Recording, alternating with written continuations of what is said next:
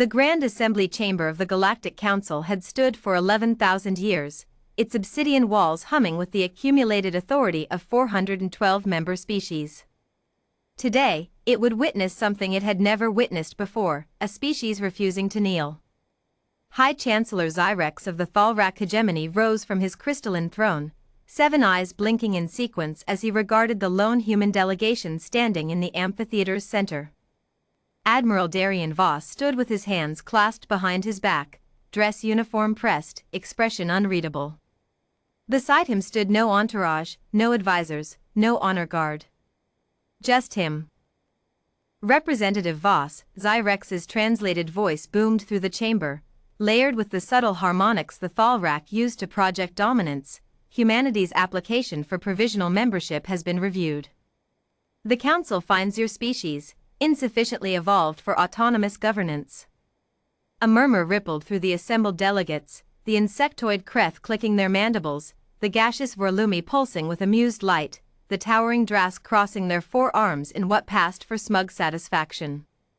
You have possessed faster-than-light travel for merely 63 of your years, Xyrex continued. You have fought among yourselves for the entirety of your recorded history. You lack the temperamental stability the Council requires of independent actors. Therefore, the Council demands the following terms for humanity's continued existence within charted space. A holographic display blossomed above the chamber floor, words scrolling in golden Thalrak script translated into English for the humans' benefit. 1. Humanity shall submit all military vessels for Council inspection and disarmament, retaining only vessels approved for civilian use. 2. Humanity shall accept a Council-appointed overseer to supervise all matters of interstellar diplomacy, trade, and expansion. 3. Humanity shall cede all colonized systems beyond your home system to Council administration, to be returned at the Council's discretion once your species demonstrates sufficient maturity. 4. Humanity shall pay tribute in the form of resources, labor, and technological data, as assessed annually by Council auditors. Xyrex's 7 eyes settled on Voss with something like satisfaction. These terms are not negotiable. They are the price of your continued participation in galactic civilization. Refuse, and humanity will be classified as a rogue species, unprotected, unrecognized, and subject to whatever measures neighboring powers deem appropriate. The Drask Dominion, I might add, has already expressed interest in your home system's resources, should such a classification occur. The Drask delegation rippled with low, rumbling laughter. The chamber fell silent, 412 species waiting to watch the newest, smallest, most insignificant civilization in the galaxy break.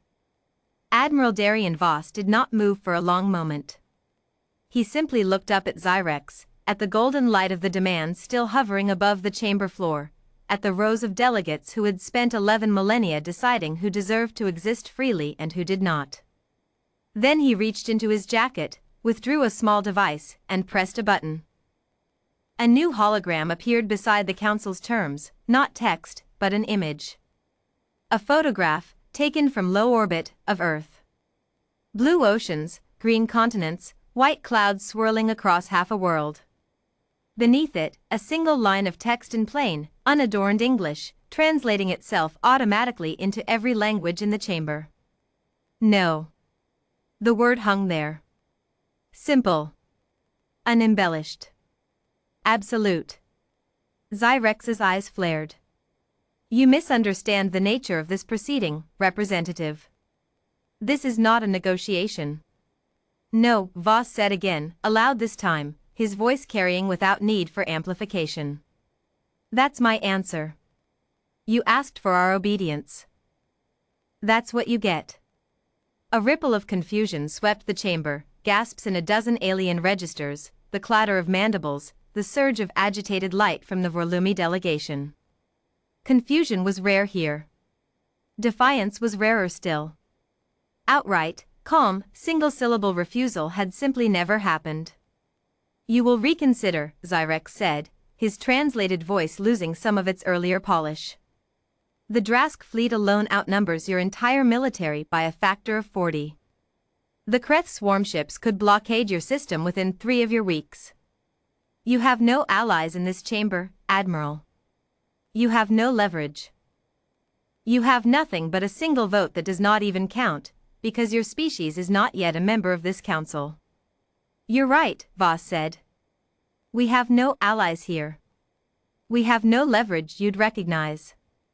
And no, we're not members of your council. He paused, letting that sit.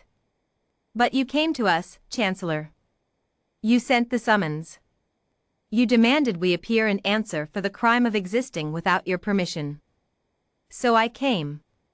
And I gave you our answer. You will be destroyed, Zyrex said, the harmonics in his voice fraying into something less composed, less ceremonial. Unprotected, unrecognized.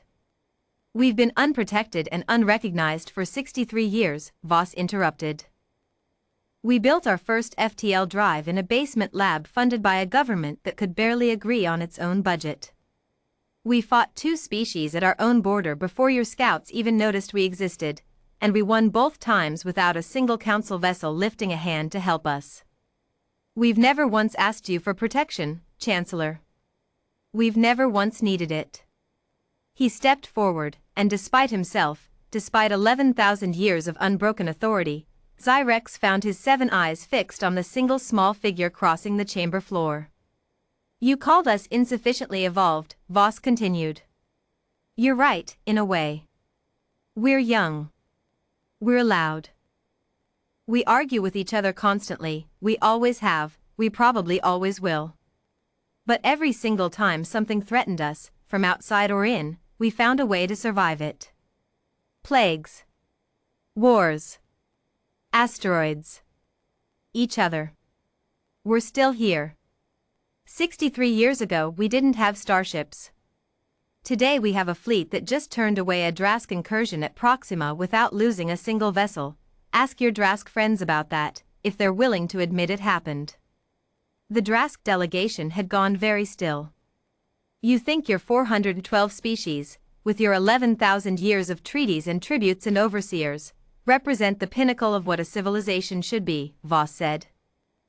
Maybe for you, it works. But you don't get to decide that for us. You don't get to put a leash on a species because it makes you comfortable. We didn't travel 60 light years to this chamber to ask permission to exist. We came because you summoned us, and because ignoring a summons from an entity that calls itself the galaxy's government seemed like a bad opening move. He looked around the chamber slowly, taking in every species, every silent, watching face. But you should all understand something, here and now. Humanity isn't applying for membership in your council. We never were. We came to tell you, in person, face to face, that we intend to keep doing exactly what we've been doing, building, growing, exploring, defending what's ours, whether you recognize us or not. Your terms aren't terms. They're a list of things you'd like to take from us. And the answer to all of them is the same. He gestured at the hologram still hanging in the air. The photograph of Earth. The single word beneath it. No. Silence stretched through the Grand Assembly chamber, 11,000 years of unbroken protocol shattered by one word and one man who refused to be afraid of it.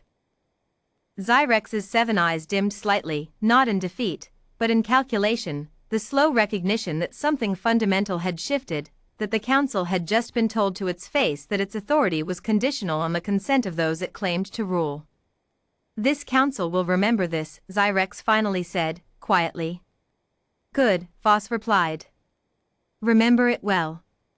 Because the next time you summon us, it won't be to hear our answer. It'll be to ask if we're willing to give you one. He turned, and without another word, walked out of the chamber, past 412 species who had spent 11,000 years deciding who got to be free, now watching the newest, youngest, smallest civilization in the galaxy walk away without permission, without apology, and without looking back. Behind him, the photograph of Earth lingered in the golden light a moment longer before fading, blue and green and utterly, defiantly unconquered.